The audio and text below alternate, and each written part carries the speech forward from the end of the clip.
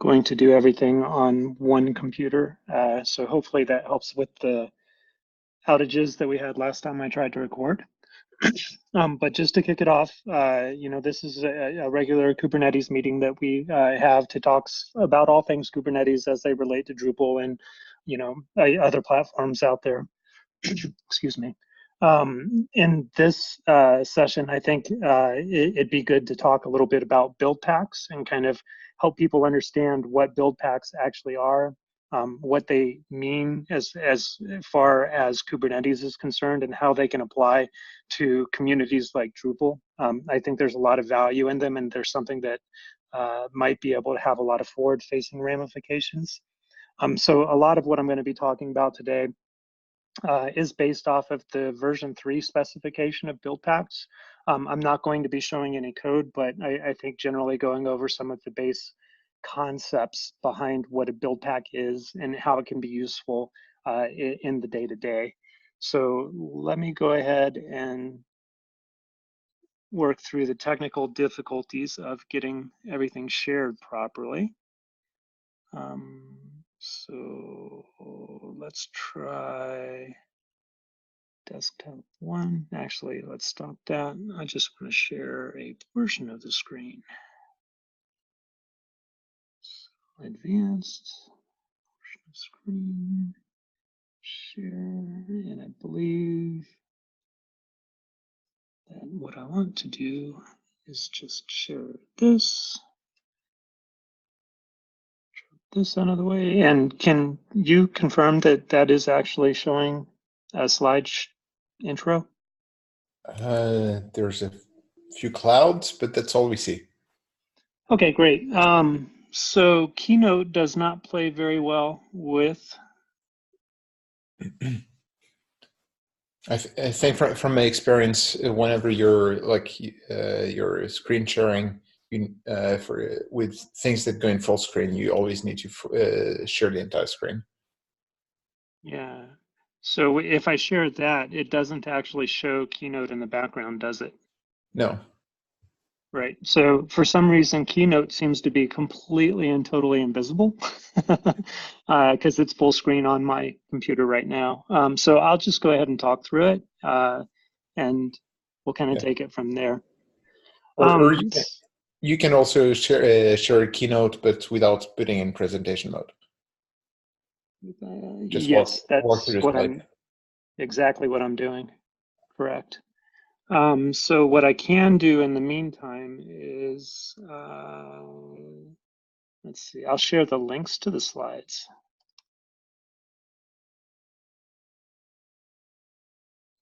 And that might take me a few minutes. So let me just go ahead and talk through it. I think it should be good. It just won't be the visual display that I wanted. So basically, to start off, why do we have to have this conversation? And for us, being DDEV, we make a lot of local development tools that help people. For us, one of the motivating factors to doing that is something called advancing developer communities. And by that, what we basically need to do is work together in different communities to understand the patterns, the tools that are necessary to solve common problems in a way that are very effective for people. So essentially, we need an enduring way to describe Drupal to modern infrastructure so that we can address both day 1 and day 2 operations.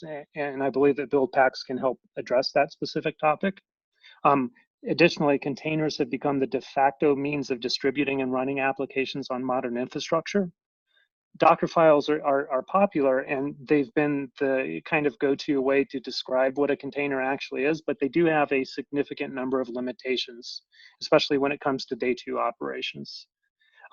Exclusive proprietary approaches don't help the community. So those are the 4 main bullet points of why we're even having the conversation that we're having right now. And let me dive right in and start talking about what Buildpacks are. Buildpacks provide a higher level abstraction for building apps compared to Docker files. Buildpacks are pluggable modular tools that translate source code into OCI images. OCI is the Open Container Initiative, which interestingly enough was co-founded with Docker. But it is an open source initiative to help people understand what a container is and how it should function both at build time and at runtime. And those are two different concepts that we'll get into in a little bit. They provide a balance of control that reduces the operational burden on developers and supports enterprise operators who manage apps at scale. They ensure that apps meet security and compliance requirements without developer intervention. They provide automated delivery of both OS level and application level dependency upgrades, efficiently handling day two operations that are often difficult to manage with Docker files. And we'll get into a specific example where I talk through a security update that illustrates that a little bit better. They do rely on compatibility guarantees to safely apply patches without rebuilding artifacts and without unintentionally changing application behavior. So I guess really the first question that is worth talking about is why not Docker files? You know, the business and technology challenges that we're addressing as a result of even doing this and why Docker might not be the right fit for that. Image interlayer compatibility does not have an interface in Docker files. So base dependency image layers are not clearly defined in a consistent manner, aside from the image declared in the from directive. A layer which may perform a composer install expects PHP and composer to be installed in a previous layer, but there's no interface or interlayer compatibility to be able to validate that that has actually happened. Layer compatibility needs to be defined in a clear interface in order to enable an ecosystem where layers maintained by different authors can declare compatibility requirements using unique IDs and versioning. So through an interface and interlayer compatibility, you have the ability to understand kind of what's in a container that's being built, and you can rely on that being there repeatedly. So what that does give you is the ability to offload additional separate layers to different maintainers. An example of that might be a PHP layer or you know, a base Debian image layer. Those could be maintained by different authors and work in unison. Another problem with Docker files are that conditional layers and environment detection is difficult. The syntax for Docker files tends to make it difficult to perform conditional steps within a layer. For example, you may not wish to install the PHP APCU module due to a limitation in the target Drupal site. That may force you to maintain a separate Docker file for sites with that specific limitation, or include the step in installing this module using shellcode to check for the conditions. So either you need to maintain a set of bash libraries or basically fork the project to be able to do very small modifications based on what your environment is dictating. Layer inclusion should allow for complex detection, condition logic, which can be easily defined as code. Another thing with Docker files is they do not delineate between build and runtime layers in a way that support multiple authors. I kind of gave an example of that a little bit ago. It's common for a Docker file to install tools. So sometimes you might need to install Git or GCC or something like that in an image layer in order to perform additional tasks, such as running a dependency management tool like Composer, for example. In the past, dependencies needed to be built in needed at build time, but not at runtime, would either be left in the container image, or steps requiring tools such as Git would be performed outside of the container and copied in with an add or a copy. So essentially what ends up happening is if you leave it baked into the tool, into the container that's being built, you introduce a larger attack vector. There's inefficiencies with the Docker image size. A whole host of problems can end up arising from that. Leaving build-related dependencies in a web container exposes that larger attack surface for exploitation. It can also lead to overall container size, which is roughly 2 to 10 times larger compared to a container image, which is only has the minimum set of dependencies installed.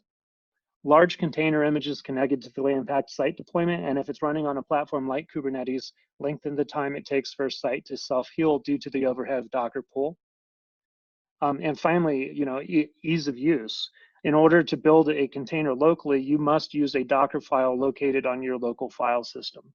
There are definitely ways of distributing Docker's files or recipes for building a site. You can use GitHub, but there's really no clear way to find a Docker file specifically, which would be appropriate for building your particular site. There's no awareness of the environment that that Docker file is being run into. There's no mechanism to recommend Docker files based off of what the environment that you're trying to create for is, or what the application that you're actually trying to run is. You need to put those pieces together yourself. And that problem's kind of been resolved on the Docker side with well-known staples such as RPM, Docker Hub, Symfony. They all kind of try and do something similar.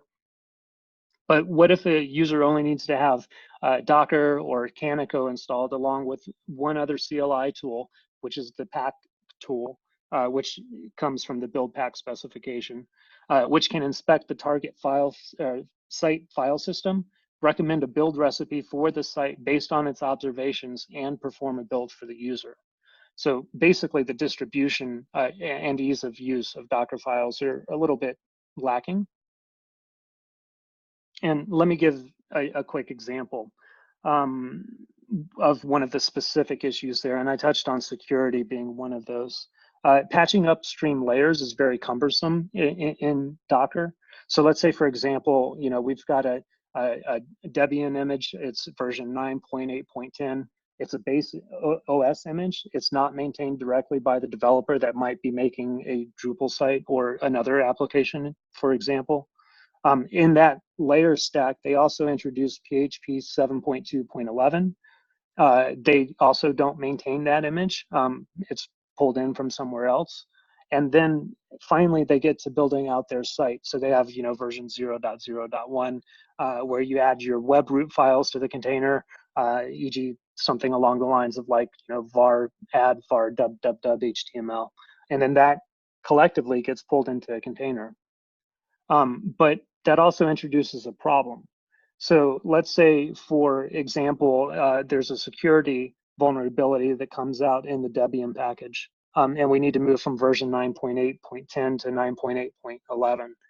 Because of the way those layers are stacked in a Docker file, you have no real way of doing that. So one solution to the problem would be to take the Docker files, if they're available upstream, add your specific steps to your Docker file. Let's say, for example, that base PHP image still references Debian 9.8.10 instead of the security release for 9.8.11. If you wanted to fix that, you'd have to fork that Docker file essentially, or wait for that developer to make their changes. It effectively means that you will need to take on the additional burden of maintaining each of those layers, which becomes overhead in most organizations. A solution which defines the life cycle and contract between layers would need to address this shortcoming. And I believe that, in a lot of ways, that's what Buildpacks end up doing. This is going to be a little difficult without the graphics behind it, but I'm going to go through some of the definition of Buildpacks and kind of how they work together, some of the concepts that are associated with them. A Buildpack represents a building block of executable programs or scripts identified using something called a buildpack.toml file. It's used to auto-detect the characteristics of an application. One-to-many Buildpacks compose the build lifecycle and are used by a builder to generate the image layers. So what that means is that in that example that I gave, I could have a build pack for the Debian base OS image. I could have a build pack for PHP. I could have a build pack for Drupal, and they would all be able to be executed together to create an app image, which is essentially a container output. Build packs can declaratively indicate which stacks they are compatible with in their configuration.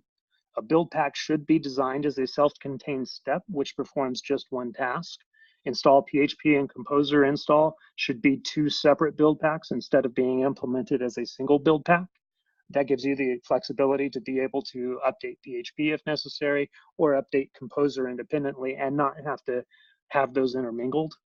This allows for separate builders to optionally install PHP and Composer install build packs, which is essentially what I just described. Each build pack is given an opportunity to perform discovery logic in the detect portion of the build cycle. Composer install detect executes logic to discover if the site being built needs to install Composer in the build image, and executing a Composer install at build time if it sees a composer.json file. So these things can have conditionals built into them, and they can react to what's actually being built based off of something that is unique to that specific build pack layer. If the build pack does not report it has action to take, then its build executable will not be invoked. This means a builder, including a Composer build pack, could be used to build Drupal sites regardless of Composer actually being used. So what that means is that, on the left side, when we're building out the image that's eventually going to be translated into a container on the app image side, we can have Composer build pack inside of on top of a PHP build pack and underneath a Drupal site install build. And it can conditionally determine whether or not it needs to actually be represented in the end container build and eliminate itself if necessary. The pattern can be used by organizations or hosting providers wishing to add their own custom build packs and stacks while leveraging upstream community maintained build packs.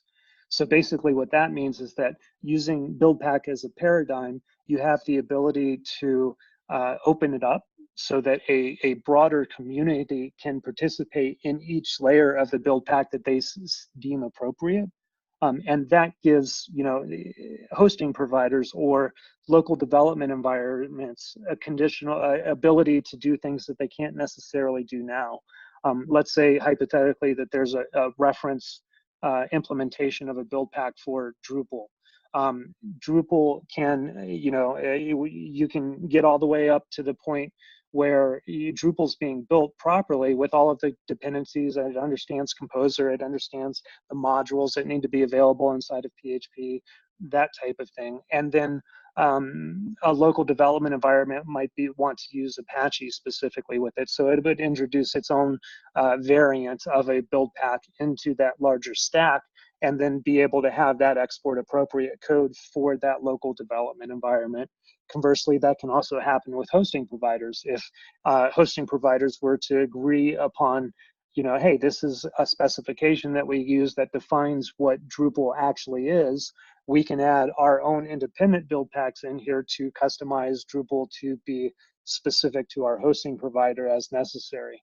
And this opens up the door for a lot of reusability across the board, helps realize some of the vision behind what Kubernetes actually is, in my opinion. Another concept that we have with build packs is the builder. And a builder is a special container image, which includes a collection of build packs, which would be executed against an application or a site in the order defined by the builder's configuration file. So this is kind of where you're putting together the build packs in a specific order to be able to do a specific thing. Build packs are executed not at the time when the builder is created using a command called pack create builder, but when the builder is used to execute a pack run. They are identified with a unique stack ID, which can be used by other builders and stacks. So essentially, you can reuse these in a lot of different scenarios. You have the ability to combine build packs on the left side, use a builder to put them together to create other options, other stacks that can be used in combination with even more stacks or additional build packs to create app images. Builders can be distributed via container registry, and the correct builder for an application can be suggested by the pack CLI. So if pack CLI understands the application that's being built, it can recommend that you might want to use build pack X for the PHP implementation. A stack represents a build pack lifecycle, which a builder executes in order to create a runtime image for the site. A stack can be identified using a unique stack ID. And an example stack for Drupal 8 that could be maintained by the Drupal community might be, on the base layer, we have operating system layer, we have a PHP runtime, we have a Drupal installation from distribution, and then we have, if you're an agency, you might even add your own, which is a custom code base that includes your custom modules or whatever you're putting inside of Drupal, possibly images. The next concept is something called a build image.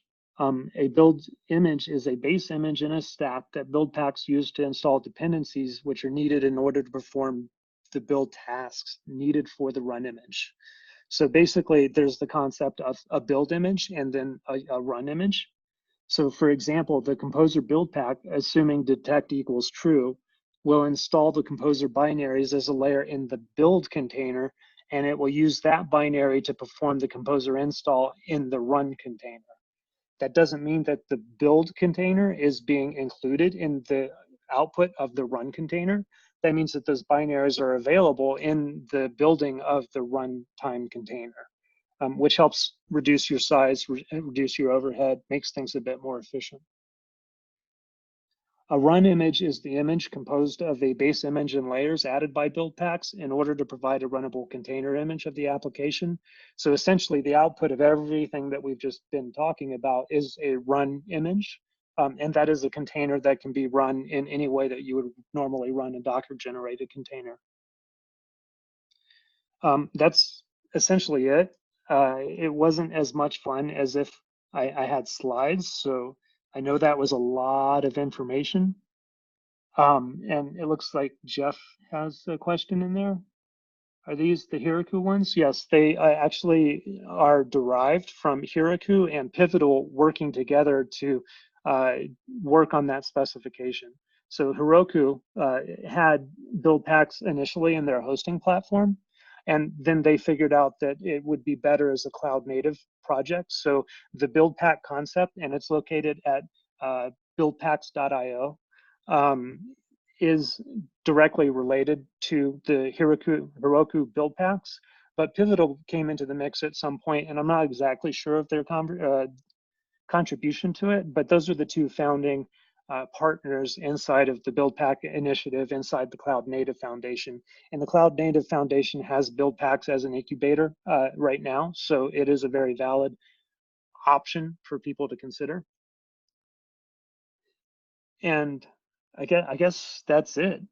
So again, apologies for not being able to show the slide deck, but I will put a link to these. And I'm not sure if there are any questions, but happy to take those. Yeah, I mean, it sounds like an interesting approach. What I'm wondering, so this is pretty much, well, there are a few different things that like kind of work around those. In our case, we are not actually doing the whole build process inside of the Docker image. So for example, not running Composer and so on inside of Docker.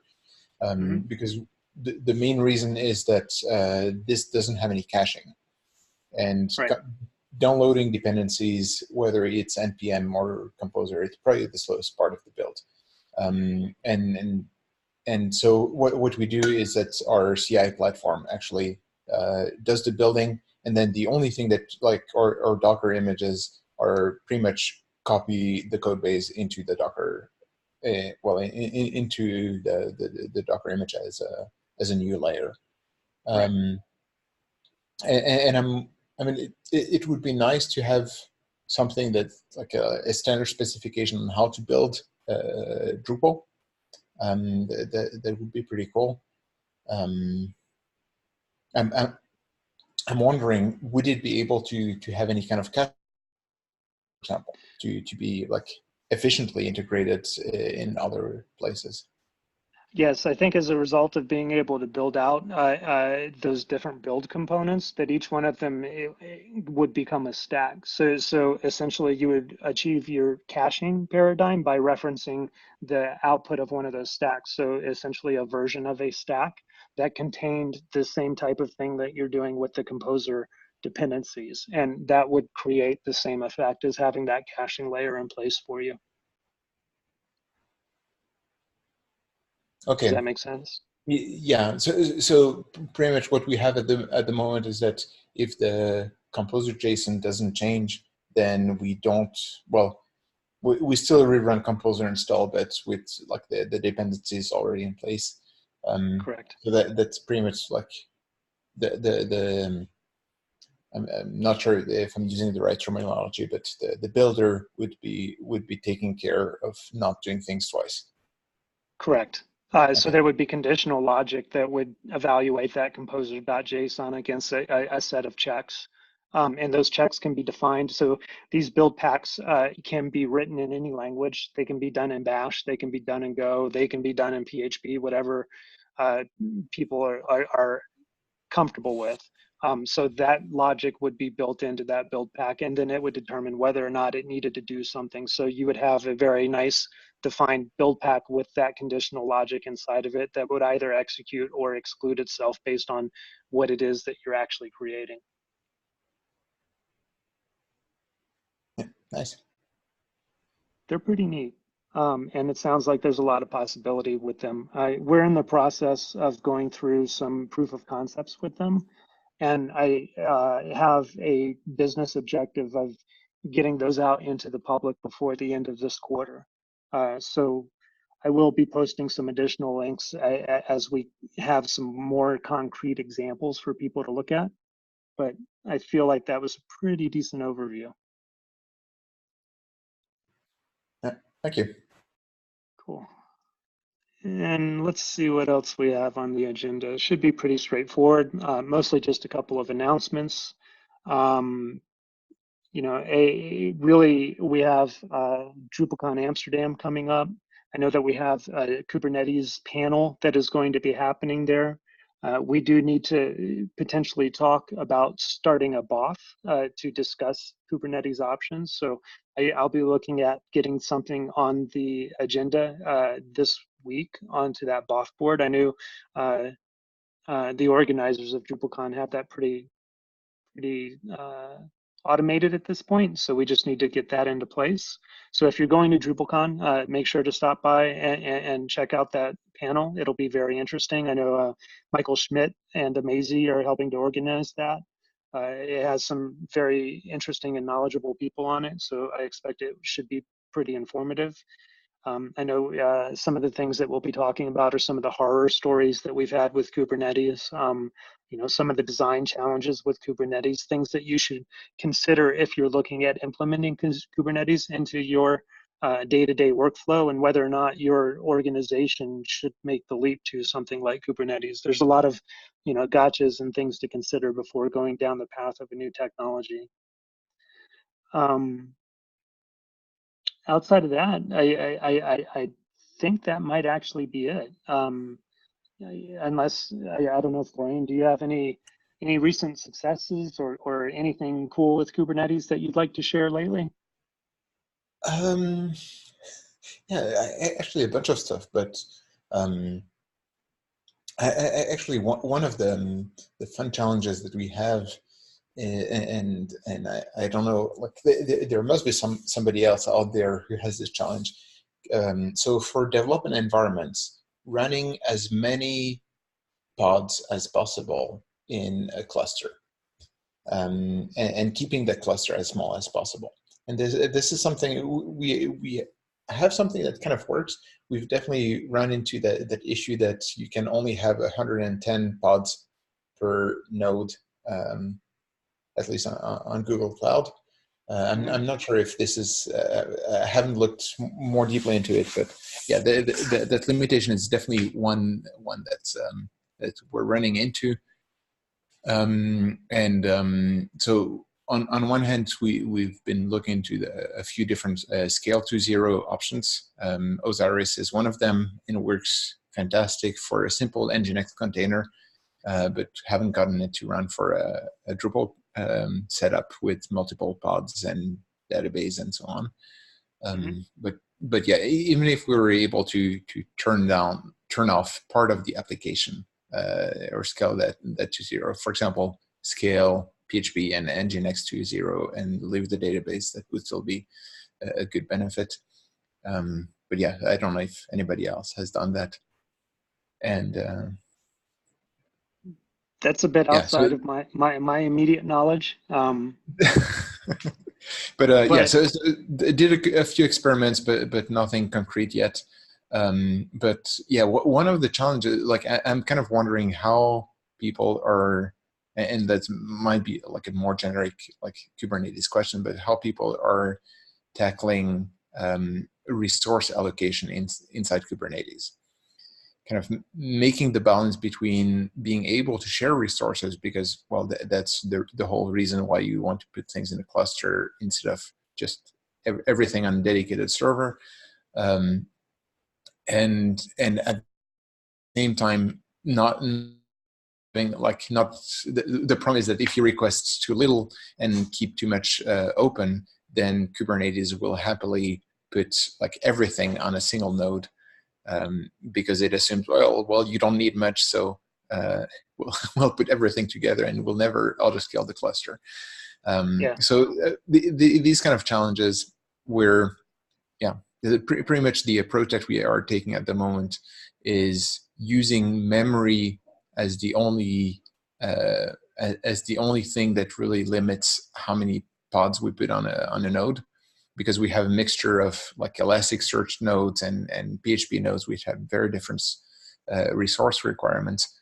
But so using memory to be the main thing that determines how much we get, and then CPU is set to like as little as possible, so that there's as much as possible CPU resources that are available to be shared by all the pods together.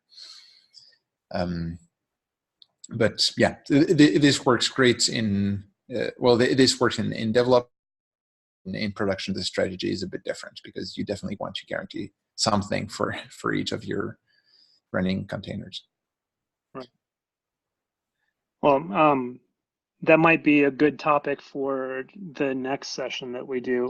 Let me put a little bit of research into that and find out how we're handling that, and let me see what I can come up with from our side. But we'll also post that out to the community and see if we can't get some additional feedback. Yeah, and I guess that would probably be something to share on the Slack channel as well. That For comes sure. as a bit of an improvised topic. Yeah. Cool. Well, great. I don't think there's any reason to keep us longer than necessary. I definitely thank you for your attendance, and I look forward to getting this out there so that the rest of the community can look at it in video form. So if anybody that's looking at this has any questions, feel free to hop in the Drupal Slack. We're in the Pound Kubernetes room, and happy to address any questions that you might have. Otherwise, thank you very much and have a good day.